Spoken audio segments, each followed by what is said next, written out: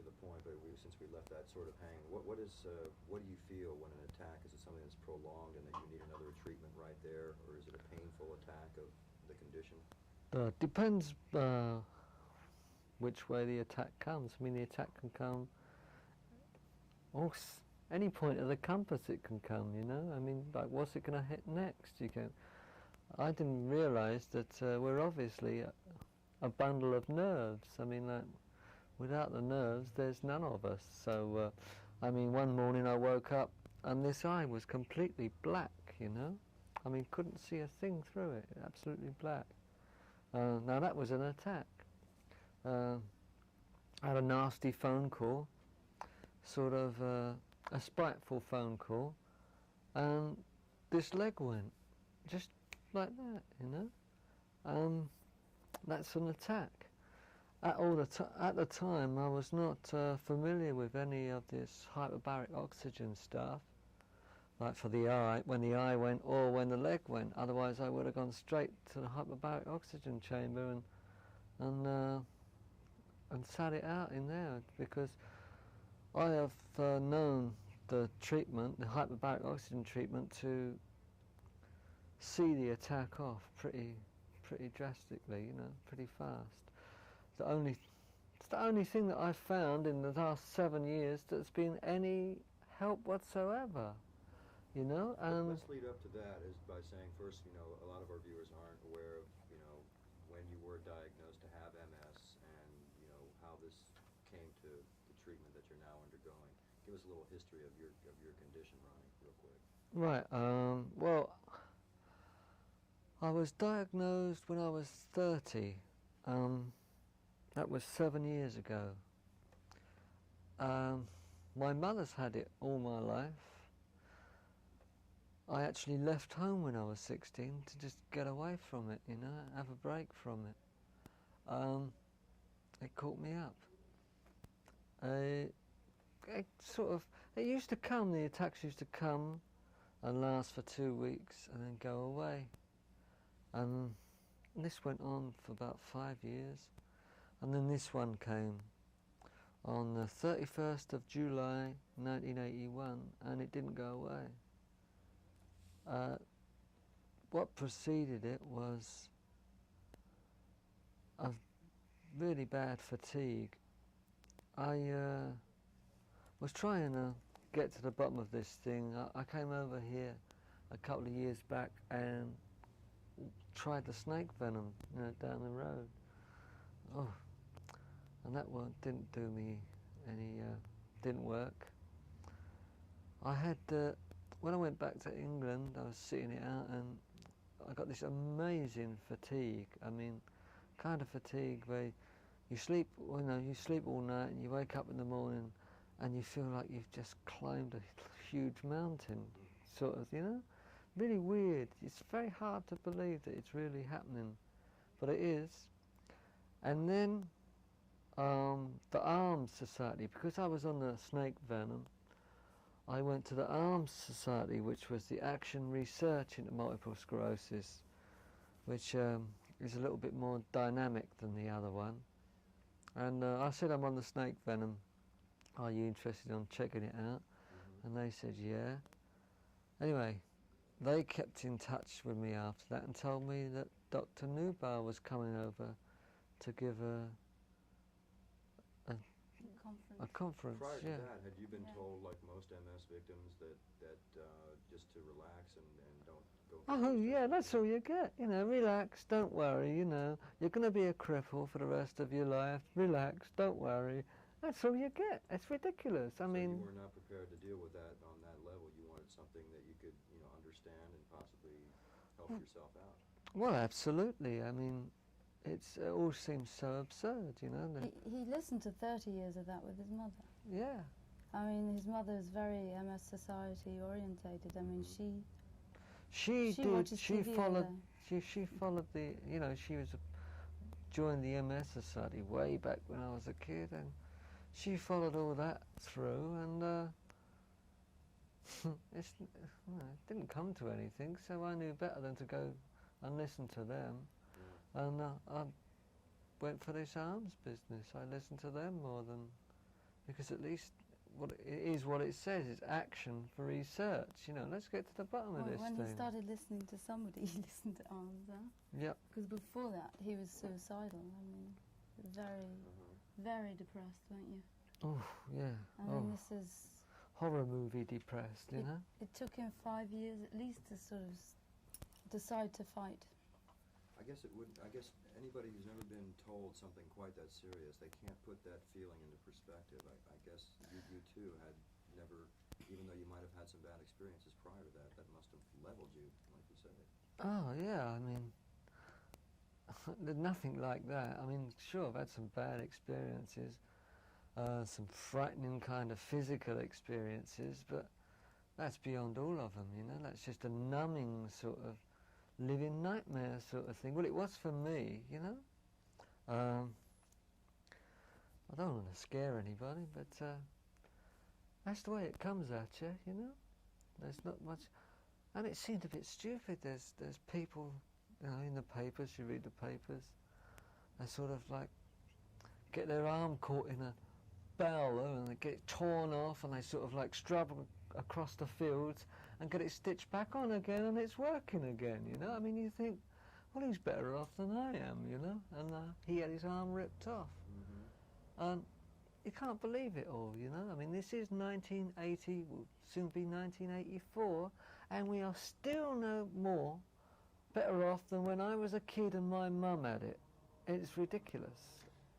I think it's very difficult for people when they're first diagnosed to accept they've got multiple sclerosis because it's such little things that happens, like numbness in the fingers. And you think, oh, well, if I stop the blood from going to my hand, that happens anyway. And so it's very difficult to try and persuade people when they're first diagnosed that there is, or for them to accept that there is something wrong with them. So they just deny it. They deny it, they deny it, until you get into the state that Ronnie's in right now. I mean, he can't walk properly, he can't deny it now. So And now it's dealing with it on those terms. that's and, hey, right. Yeah, I had to get this far, you know, and I would like, yeah, I would like to tell people that do something about it before it gets that far, you know? That's so Action right. Research into Multiple Sclerosis is an English-based organization of people that have the condition. That's right. And through them, you came to Dr. Neubauer. Tell us Yeah. about That's right. Yes. That's right. Yeah, well, because, you see, the Medical Society in England is still, they are still pessimistic about this for MS.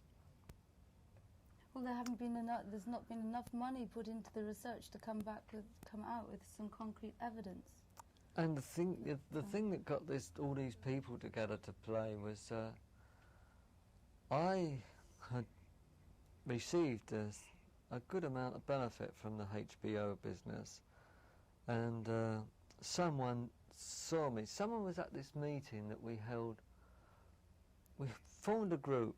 Arms suggested that we form a group, you know, get as many people interested as possible, and then Of people with MS. yeah, people and with friends MS, and relatives of people who have MS. and then raise enough money to get a 10-man chamber. For London. Yeah, not the one like Dr. Neubauer has, ones with a mask and things, because the ones in there are all full of oxygen, and that's a bit dangerous, you know. So anyway. Custom units that would be specifically for the treatment. Yes. Custom masks, Yeah, for that. basically. They're actually, yeah, for that treatment. So what did you say when they pitched that idea to you? What was your feeling? Pitch what idea? About getting together enough money to get these. Oh, well, take That's over to this me. lady. That's over to Okay, me. we'll go. Everybody all over England, all the people that belong to ARMS and multiple sclerosis, I mean, ARMS, not the, cut that out, will you? Everybody in England has joined ARMS as opposed to the MS Society, have been raising money all over England to open up these 10-man chambers, but there wasn't one for London. And of course Ronnie lives in the middle of London. And we thought it was silly, us driving for an hour and a half to get to the nearest chamber for treatment, and of course they're completely booked out because in England there's a mini revolution of MS sufferers. They're saying enough with this and we're getting on with it and we're doing it ourselves, because the initial group who were treated up in Dundee in Scotland, 28 out of 30 of them received benefit, and just the word of mouth and arms has created this demand, and so many people are receiving benefit from this treatment. So obviously it was grim determination for me, because watching Ronnie, I mean, I've watched Ronnie through several attacks now, and it's frightening. I don't like being scared. And it was exciting, just as much as it's frightening and being scared. It was so exciting after Ronnie being so special. I mean, he's very, very lucky to be who he is. And he was very lucky to get into the chambers that were available and being a guinea pig right in the first place. So I felt, and Ronnie felt, it was important that we try and do whatever we can for other people and raise as much money as we can for the chamber in London.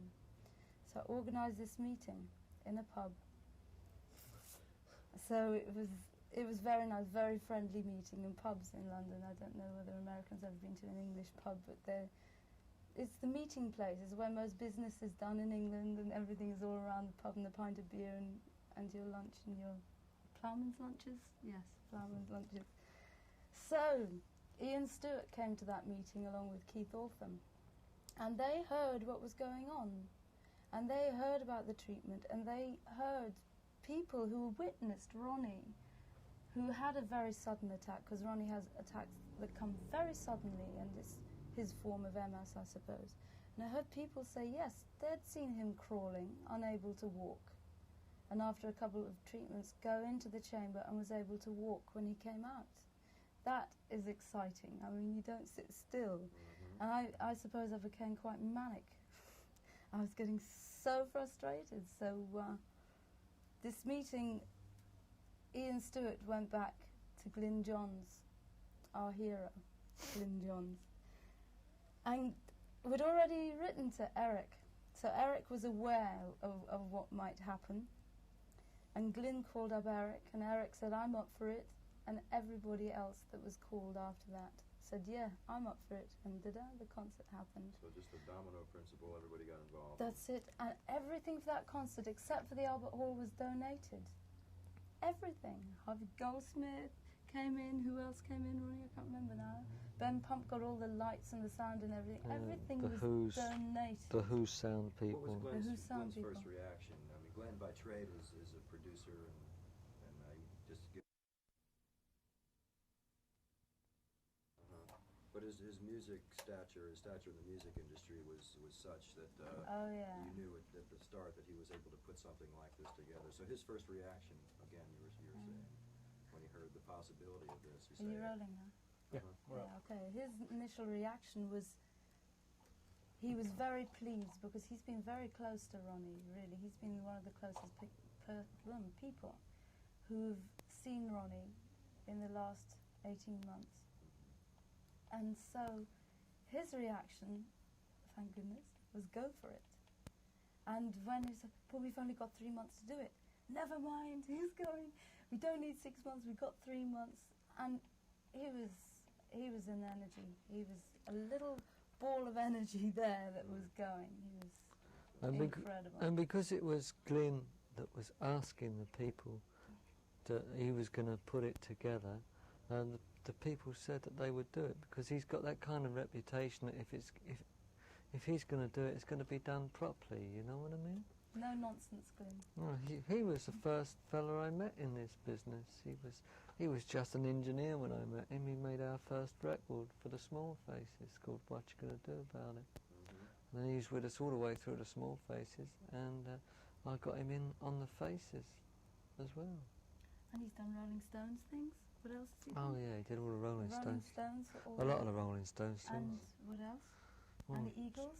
And The Joan Eagles. Armatrading's the best album she's done anyway, was his.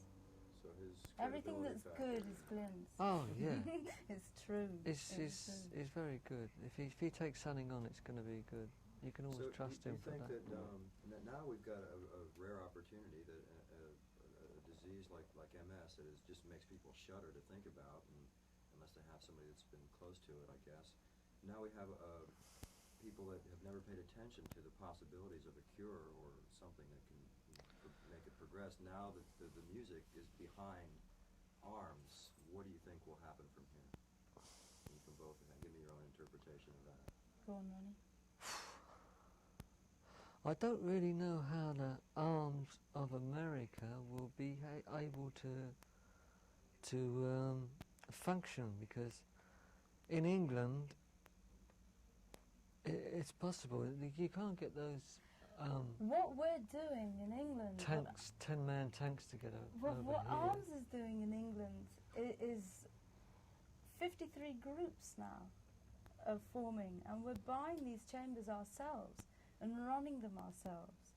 Whether the medical bureaucracy over here will allow that to happen, I don't know. This is where we don't know whether we get away with it over here. Just a bit, but Will the money being raised from the American performances go to research. help both countries?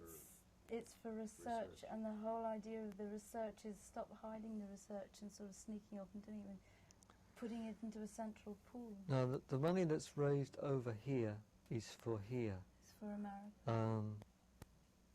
And I don't really know how it's going to run. We've got to have a good talk about this. Perhaps you'll ask Dr. Nubar about that. At least over here you can get the hyperbaric treatment, even if you just go and pay for it. You can't, but you can't get it you couldn't get it even if you had the money to pay for it in England, you see. So maybe we can sort of like work out to sort of make sure the people who have got the thing can afford to take it anyway. You know, maybe it can be that way. I don't know which way it's going to work out. Maybe it will be accepted by Medicare and medical. Well, maybe that should bring me to my next question. Yeah. When I first met you this morning, Boo, it's the 25th of November, 1983, and you've had some very good news, you and Ronnie. Oh, yeah. Let's talk a little bit about that. That sounds like it could be conclusive here. If you could have seen him this morning, you might have thought he was in Frankenstein with all these wires coming out of his head and on his legs and electrical, all this paraphernalia. Wasn't a pretty sight. It was very strange. That it was a science project. It was the second time that Ronnie has ever had this sort of thing. Yeah, before I went to take these treatments from Dr. Nubar, he sent me down to a Dr. Morario down the road for a, what is it called? Something, what is it called? First process or something. Oh, anyway, it I was can't remember. You'll have to ask Dr. Nubar. In fact, that's But it important was, to ask him. you know, check out my nerves, you know. The nerve So it checked me impulses. right out, all the nerves in both legs, From the both brain. arms, the brain, the eyes, the ears, everything. And his left leg and his middle back. And anyway, he checked that all out, and then I went back 10 days later after I'd been here, That was this morning. and there's definitely been an improvement, you know. And it's not me saying that, that's what the computer says. Because I went through all the same tests again, and the computer says that I've improved, you know. So all of these things about, oh, you know, he's just saying that, I mean, all right, well, the computer don't lie, really. I wish that could have been taken before he went in over a year ago, because Ronnie's been having the treatment for a year. So it would have been a more distinctive. Oh yes, because before he went in for the very first time, he was slurring his speech. Oh, He yeah. couldn't hold a conversation together at all. He couldn't even think of 2 words. No, I It was couldn't have horrible done to live this. with him. It was terrible. You don't look unlike someone who's just been touring or something. I mean, you know, here you sit and, you know, I didn't see how bad the condition had gotten before you started the HBO treatments. But to look at you, I mean, you look fine. You look like you've been on the road, maybe. You know? Well, I can see improvement from Royal Albert Hall, too, just when I watched you walk out. You know, of course it was late at night and everything, but You look just a lot more facile and a lot better in the face and everything. It looks. That is just 10 days. There's another 20 treatments he's had here. Uh-huh. And even now, he's been working a lot harder than he has been in London. It's like Certainly have. he used to have an hour's rest in the middle of the day. He hasn't had a rest at all since he's been here. So it's So quite those nerves are screaming for more. incredible. And, Yes, it is quite Well, amazing. slowly it's coming around again. I think I got a chance. I mean, this is not a cure.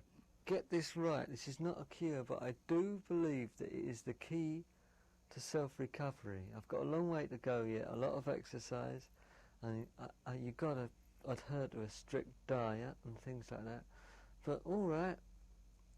But at least it's something to aim at, you know. It's not sort of, oh, relax, don't worry, and all that old nuts, you know. It's at least it's something to work at, and that's what I want to do. That's what I would like to do. If this tour can just get that across. but there is hope. That yeah, well, there is that hope. You know what I mean? Things will never be the same again. But they don't have to be as awful as what they're made out to be, you know? Mm-hmm. You know, it's going to change. I wanted to ask you one thing. In the Royal Albert Hall gig, what was the real role of the Prince's Trust and Prince Charles? And Well, I mean, it's quite an unreasonable lineup. The group wasn't it? I mean, it's not very often you're going to get that bunch of people on the stage again, ever. And seeing as it was together and it was rehearsed for one, well, it's there for a good thing. Why not push it on? I mean, they did it for... Before we lined it up, Eric had said he would do something for the Prince of Wales Trust. See, and when that came along, it just was perfect, yeah, because, I mean, both nights at the Albert Hall was sold out like that, you know? And so it was a good thing, and just let it roll on, the way it's rolled over here, you know? Once it's got rolling, let it go, you know? but these were actually two separate charities then. They were not anything yeah. related to each other. Okay, No. that's what I didn't understand. One was for Prince Charles. He needs help, right? Yeah, he's got a lot of Him and projects he's I. doing. Him and I. Got a lot of worries, you know? So Ronnie, I was talking to Dr. Neubauer here too about not only the treatment, but he mentioned to me sort of off the cuff that you're going back to work. What do you plan to be doing? When do you think you'll... Well, I've had plenty of time to write quite a lot, or think about writing quite a lot, and I've got an album's worth of material, and yeah, I want to start recording it. Hopefully, early next year, I'll start recording it, and that's what I hope to do. That's great. Who would the band be? Who would you have playing with you? Oh, well, I don't know yet. Well, I do. There's a fella called Mickey Green. I don't suppose he means much over here, but I used to go and watch him when I was at school. He was my hero, like, so he'd be on it, because he's written some of the stuff with me. And there's another guy called Mickey Gallagher. He played with the Blockheads, Ian Drury's lot. Right. I don't know about a drummer. Kenny Jones is out of work since the Who broke up, and I might pull him in. Kevin Lane's out of work here. I'm up. I'm sure you have no problem putting the right band together, and I would think that Glenn may be available to produce. And Oh yeah, I think so. I think. It'll have to be Glyn approved. Yeah. Yes. Would you tie this into the ARMS project, or would this be Ronnie's personal? It all depends. I don't know really. Yeah, it probably will be tied in one way or another. But we'll have to see. are you going to Really? play on these 5 dates or 6 dates that have been set up for the States here? Well, I don't know yet. Once again, we'll have to see. I'm being told I will, but I don't know if I will. It's as you see, it's such a good show. I don't really see what it needs me in it for, you know what I mean? He'll see the lights, he'll see the audience, and he'll want to be up there. How Come can you on. not do anything but get up there? He loves it. Yeah, maybe. Who's the musical director of all this super group? I mean, how is it determined what songs will get played and Oh, how Glyn. does that work? Glyn, really. Glyn Yeah, and them. Glyn's. Who? Glyn and the boys. I mean, they just. Oh yeah, Glyn and the boys. You know, I mean, Glyn and the boys. if we're going to try something risky out, we ask Glyn. If we're not going to try something risky, well then we know what we're doing mainly, and Glyn isn't consulted. Surprise. Yeah. All right. How much time are we running? I could go on for days here, but Well, I think we basically have covered. Is there anything that we didn't touch on that we want to? we talked about the improvement. I think we got that across, that there was significant Well, improvement in that. And we can get Dr. Neubauer's feelings on that. to The back it up. only thing that I think about ARMS over here is that ARMS is formed by people with MS and friends and relatives of people with MS. Yeah. And what we have to do Friends is and get relatives. them together over here and work a way of how it can work over here. Because all we are an action group. And it's a rarity that like with the bureaucracy of the AMA, and we were talking earlier, Ronnie, before we turned the camera on, the medical bureaucracy is more intense than political bureaucracy, which is so hard to relate to, especially when you do have a disease that they're not right. working, that the bureaucracy is getting in the way of. Well, already here, I mean, this is a place where you'll meet a lot of people with multiple sclerosis. And already, there are two people that have been coming here, and they've never met each other because their appointments have never been such that they've met each other. And already they get together, and counselling service, just talking to each other. And already they come up and they've got identification because they've all come up with the same sort of problems. And if they have each other to talk to, it's very, very important. Not to be told what's going to happen and be offered holidays as it is in England. I don't really know about the MS Society in America, but I know how it is in England. So it's really everybody who has MS just get together. And because MS is the kind of disease where people feel insecure. And when they feel insecure, they don't want to even go outside. I know this from London and the people that I've met in London. And I'm sure it's the same over here. If you're balanced, because it can, when Ronnie says it gets you in insidious ways, the balance. And if you feel slightly unbalanced, you don't feel safe walking out the door or going out on your own. Although you look all right and you look as if you should be all right, you feel uneasy, so people don't go out.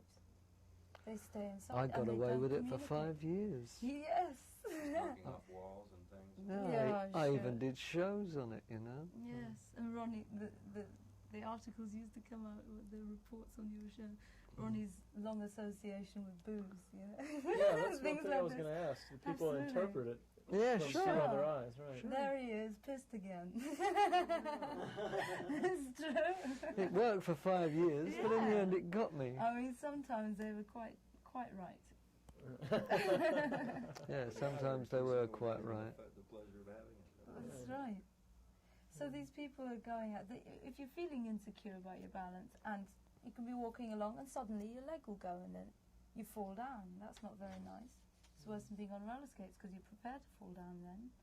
So people, it's a very, very strange little disease, big Ronnie, disease. how do you feel about being the focal point for what can be? I mean, the medical associations will be looking at your progress. You've got all these music fans and rock fans that are waiting to see how not only how your character hangs in and that you can go back to work. And I mean, a lot of eyes are going to be on you watching not only medically but musically. How do you feel about all the attention that's been thrust upon this condition? Well, I really just would like it to, if it benefits the world, both these countries, if it benefits the people with MS, then I don't mind at all. If it don't, It's been a good publicity stunt.